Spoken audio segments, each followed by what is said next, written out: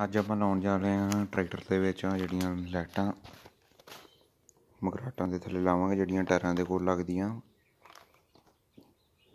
Main lights.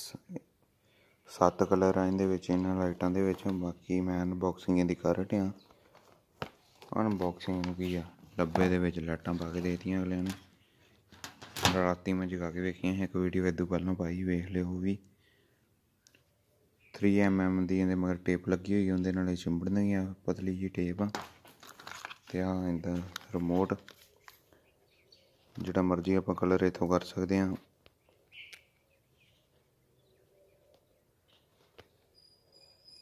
ਅਤੇ ਆਹ ਜਿਹੜੇ ਹੈਗੇ ਆ ਮੋਡ ਗਾਣਿਆਂ 'ਤੇ, ਜਿੱਦਾਂ ਕਿ ਜਿਵੇਂ ਨੰਬਰ 4 ਆਪਾਂ ਲਾ ਤਾ, ਅਤੇ ਫਿਰ ਥੋੜ੍ਹੀਆਂ ਜਿਹੀਆਂ ਲਾਈਟਾਂ ਤੇਜ਼ ਝਮੱਕੇ ਮਾਰਦੀਆਂ, ਇੰਨੀ ਕੁ ਆਵਾਜ਼ 'ਤੇ ਵੀ ਇਹ ਜਗਦੀਆਂ, ਤੁਹਾਡੇ ਬੋਲਣ 'ਤੇ ਵੀ ਜਗਣਗੀਆਂ। ਅਤੇ ਆਹ ਹੈਗਾ ਇਹਦਾ ਅਡਾਪਟਰ। ਆਪਣੇ ਕੋਲ ਦੂਜਾ ਨਹੀਂ ਸੀ ਹੈਗਾ ਟਰੈਕਟਰ ਦੇ ਵਿੱਚ, ਸਿਗਰਟ ਲਾਈਟਰ ਵਾਲਾ ਹੁੰਦਾ ਜਿਹੜਾ ਪੁਆਇੰਟ। ਜੇ ਤੁਹਾਡੇ ਉਹ ਲੱਗਾ ਫਿਰ ਤਾਂ ਜਮਾਂ ਹੀ ਪਲੱਗ ਐਂਡ ਪਲੇ ਆ। ਇੱਥੇ ਲਾਵਾਂਗੇ ਅਰਥ ਵਾਲੀ ਤਾਰ, ਅਤੇ ਇੱਥੇ ਕਰੰਟ ਵਾਲੀ ਇਹਦੇ ਉੱਤੇ। ਜਿੰਦੇ ਨਹੀਂ ਲੱਗਾ ਉਹ ਐਂ ਲਾ ਲਿਓ। ਅਤੇ ਆਹ ਇਹਦਾ ਪੋਰਟ ਅੱਗੋਂ, ਅਤੇ ਇਹਦੇ ਵਿੱਚ ਇਹਨੇ ਲੱਗਣਾ ਟੇਪ। ਯਾਰ ਕੱਲ੍ਹ ਵਾਲੀ ਲੱਗੀ, ਅਤੇ ਮੈਂ ਜਗਾ ਕੇ ਵੇਖੀਆਂ ਸੀ।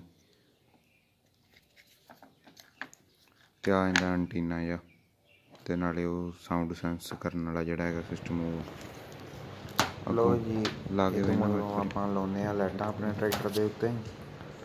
ਹਾਂਜੀ, ਹੁਣ ਲਾਈਟਾਂ ਲੱਗ ਚੁੱਕੀਆਂ, ਰਾਤ ਦਾ ਟਾਈਮ ਆ। ਮੈਂ ਜਗਾ ਕੇ ਵੇਖ ਲਈਆਂ ਸੀ, ਤੁਹਾਨੂੰ ਵਿਖਾਉਣਾ।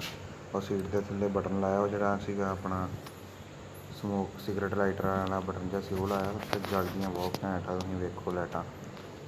ਕਲਰ ਇਹਨਾਂ ਦੇ ਵਿੱਚ ਬੜੇ ਜ਼ਿਆਦਾ ਚੇਂਜ। ਬਾਕੀ ਆ ਪਿਛਲੇ ਪਾਸੇ ਨੂੰ ਵੇਖ ਲਓ, ਉਹ ਦਿਖਦੀਆਂ ਹੱਬਾਂ ਜਿਹੀਆਂ ਦੇ ਵਿੱਚ ਲੱਗੀਆਂ ਲਾਈਟਾਂ।